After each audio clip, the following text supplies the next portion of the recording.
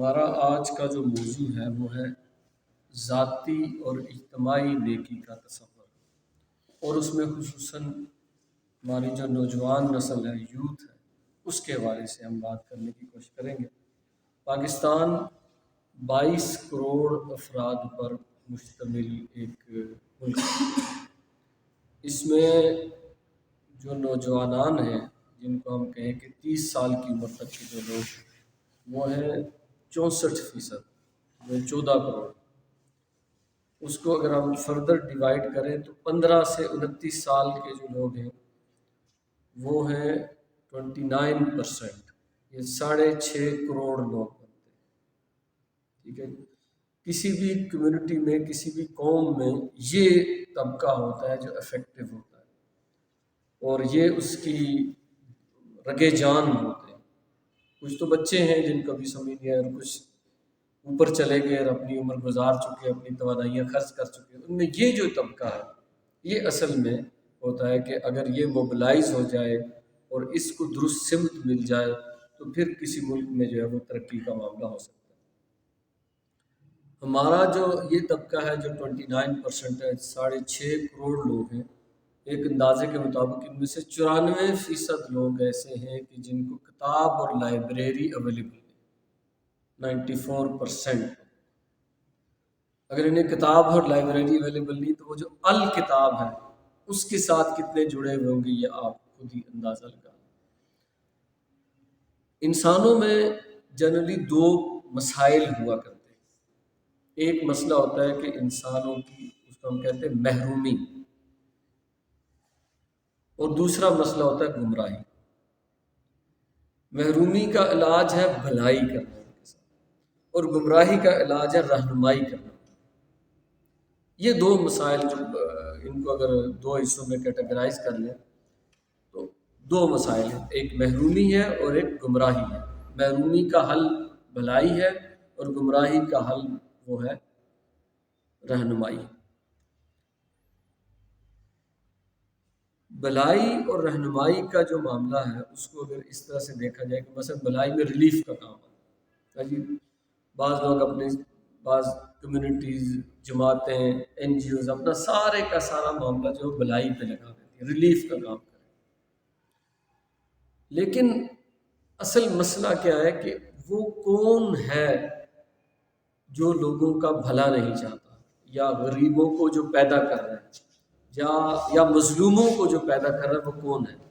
اور وہ کون ہے کہ جس کے پاس سارے وسائل موجود ہیں، اور وہ وسائل جو ہے وہ ابلاغ کے سارے ذریعے بھی موجود ہیں، اور وہ سارے کے سارے لوگوں کی بھلائی پہ نہیں لگ رہے، ان کی رہنمائی پہ نہیں لگ رہے۔ بھلائی پہ بھی نہیں لگ رہے اور لوگ محروم رہ رہے ہیں، اور رہنمائی پہ بھی نہیں لگ رہے اور لوگ گمراہ رہ رہے ہیں۔ یہ کون ہے؟ ایک تو طریقہ کار ہے کہ بھوکوں کو کھانا کھلاتے جاؤ، ایک شارٹ ٹرم طریقہ کار یہ بھی ہے کہ، لیکن اصل کاز جو روٹ کاز ہے وہ ہے کہ وہ جو ہمارے مقتدر طبقات ہیں جن کے ویسٹڈ انٹرسٹ ہے، سسٹم، جس کو سسٹم جو ہے وہ یہ کرتا ہے کہ آپ 10 بھوکوں کو کھانا کھلائیں گے، وہ 100 اور بھوکے پیدا کر دیں گے۔ اگلے سال آپ 10 کی جگہ 20 بھوکوں کو کھانا کھلائیں گے، آپ کہیں گے میں نے بڑا کام کیا، وہ 200 بھوکے پیدا کر دیں گے۔ تو جب تک اس سسٹم کے ہاتھ نہیں روکیں گے کہ وہ بھوکے نہ پیدا کرے، ایسی صورتحال ہو کہ وہ جو فرض صدقہ ہے، زکوٰۃ لے کے آپ باہر نکلے تو کوئی لینے والا نہ ہو، وہ کہے جی ہمیں نہیں دیں۔ یہ سسٹم، اس کے لیے جدوجہد کرنا، اس کے لیے کوشش کرنا، یا روٹ کاز تک پہنچنا، یہ اصل بات ہے۔ ہم عموماً یہ ہوتا ہے کہ روٹ کاز تک نہیں پہنچتے۔ اس میں پھر ایک تصور ہے ذاتی نیکی کا اور اجتماعی نیکی۔ ہمارا جو نیکی کا جذبہ ہے اکثر کھپ جاتا ہے ذاتی نیکی کے اندر۔ نمازیں پڑھو، روزے رکھو، اور اپنے لیے قرآن مجید پڑھو۔ تم اگر ٹھیک ہو، تم اگر بچ جاؤ گے تو کسی کا نہ بچنا تمہیں کوئی نقصان نہیں پہنچائے۔ ذاتی اور اجتماعی نیکی کے تصور میں اگر ہم ذرا سورۃ العصر کو دیکھیں تو جہاں پہ یہ کہا گیا کہ قسم ہے زمانے کی تمام انسان نقصان میں سوائے ان لوگوں کے 4 شرائط ہیں جو ایمان لائے اور جنہوں نے نیک عمل کیا۔ یہ کیا ہے؟ یہ ذاتی نیکی کا مظہر۔ اور اگلی 2 باتیں، وتواصوا بالحق وتواصوا بالصبر، وہ اجتماعی نیکی کا تصور. بھائی خود تو عمل صالح بھی کرو اور ایمان بھی لاؤ، ایمان کی بنیاد پہ عمل صالح ہو، لیکن باقیوں کا معاملہ تواسی بالحق، ان کو بھی تم نے بھلائی کے راستے پہ لے کے چلنا ہے، انہیں بھی ساتھ لے کے چلنا، اور اس پہ جو مشکل آئے کہ اب اجتماعی نیکی کا معاملہ بھی بہت مشکل ہے، پھر اس میں تم نے صبر بھی کرنا. تو قرآن مجید سورۃ العصر کی روشنی میں بھی ہمیں جو تصور پیش کرتا ہے یا تصور دیتا ہے وہ یہی ہے کہ دو چیزیں ذاتی نیکی کی آ گئی، دو چیزیں اجتماعی نیکی. اگر ہماری ساری توانائی ایگزاسٹ ہو جائے صرف ذاتی نیکی پر، تو نبی اکرم صلی اللہ علیہ وسلم نے ارشاد فرمایا کہ تم امر بالمعروف اور نہی عن المنکر کرتے رہو.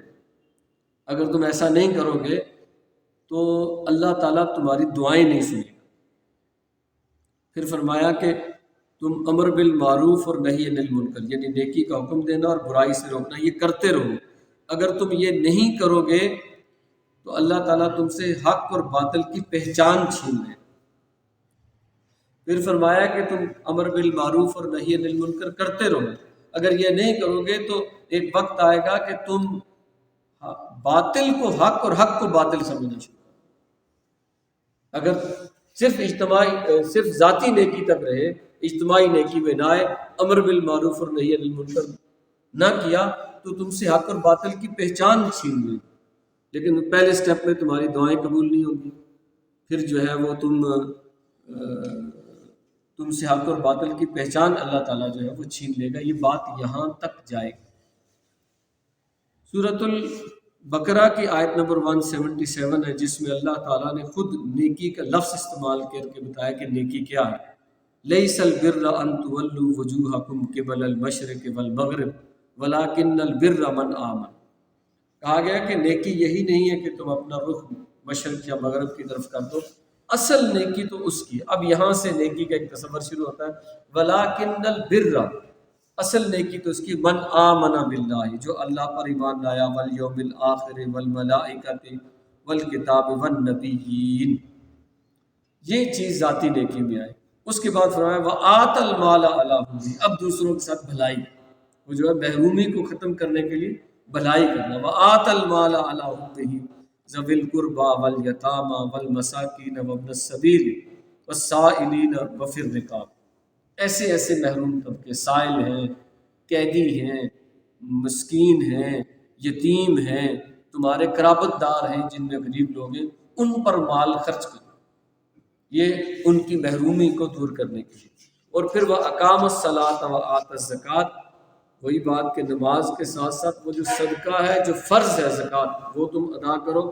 والموفون بعہدہم اذا عاہدوا، اور اپنے عہد کو پورا کرنے والے. والصابرین فی البأساء والضراء، اور وہ لوگ کہ جو تنگی میں صبر کرنے والے. وحین البأس، جب جنگ کرنی پڑ جائے سسٹم کے خلاف، اس وقت صبر کرنا. اب اس میں نیکی کے دونوں باتیں موجود ہیں کہ جب تم بھلائی کے لیے اٹھو گے، وتواصوا بالحق وتواصوا بالصبر، تمہارا کنسنٹریشن. جہاں پہ بھی بات آئی تو فرمایا اولئک الذین صدقوا واولئک هم المتقون. اصل میں سچے لوگ یہ ہیں اور اصل میں تقوی والے لوگ یہ ہیں کہ جن کی نیکی کا تصور یہ ہے کہ وہ صرف ذاتی نیکی کا تصور نہیں ہے، بلکہ ذاتی اور پھر نیکی بڑھتے بڑھتے اجتماعی اس پہ جائے. اس میں پھر سورہ انفال ہے، 8 نمبر سورت ہے، اس میں ایک اس کی آیت نمبر 25 ہے، اس میں ایک بڑی خاص بات کی. کہا گیا واتقوا، اور تم ڈرو، فتنتن، ایک ایسے فتنے سے، ایک ایسی آزمائش سے، لا تصیبن الذین ظلموا منکم خاصہ، جو نہیں پہنچے گا خصوصاً صرف ان لوگوں کو جو تم میں سے ظالم. ایک ایسا فتنہ آئے گا، یعنی اگر آپ ذاتی نیکی میں لگے رہیں گے اور اجتماعی نیکی نہیں کریں گے تو پھر واتقوا، ڈرو تم، فتنۃ لا تصیبن الذین ظلموا منکم، صرف ایک ایسے فتنے سے ڈرو کہ جو صرف گناہگاروں تک نہیں پہنچے گا، مطلب نیک بھی اس کے اندر رگڑے جائے. دانوں کے ساتھ جیسے گھن پس جاتا ہے، گیہوں کے ساتھ گھن پس جاتا ہے، تو گھن بھی ساتھ ہی پس جائے گا، نیک لوگ بھی پس جائیں گے. تو فرمایا کہ ظلموا منکم خاصہ، ان لوگوں تک وہ فتنہ نہیں رہے گا کہ جو خصوصاً ظالم ہے. یہ کون سا فتنہ ہو سکتا ہے؟ اس کو ہم اگر مثال سے سمجھیں، نبی اکرم صلی اللہ علیہ وسلم نے بھی معاشرے کے لیے مثال دی ایک حدیث مبارک میں کشتی کی. یہ جو معاشرہ، انسانی معاشرہ، اس کی مثال ایک کشتی جیسی. دو طرح کے لوگ ہیں، لوگ سوار ہیں کشتی کے اندر، اور کچھ لوگ جو ہیں وہ بڑے وہاں پہ تہجد گزار، عبادت گزار، اللہ کا ذکر کرنے والے، تسبیحیں انہوں نے پکڑی ہوئی ہیں. اور کچھ لوگ کیا کر رہے ہیں وہاں پہ؟ انہوں نے ایک منصوبہ بنا لیا ہے کہ کشتی کے پیندے میں سوراخ کر کسی بھی ضرورت کے تحت. 2 منزلہ کشتی کی مثال دی تھی نبی کریم صلی اللہ علیہ وسلم نے. نیچے والے اوپر جاتے ہیں، اوپر جا کے وہاں سے پانی نکالتے ہیں، وہ پانی کی بالٹی لے کے آتے ہیں، کچھ پانی گرتا ہے، اوپر والے تنگ ہوتے ہیں، ان کو برا بلا کہتے ہیں، کہتے ہیں یار یہ اوپر والے جو ہے نا تنگ ہوتے ہیں، ایک کام نہ کریں کیا، ادھر ہی سوراخ کریں، یہاں سے پانی نکالیں.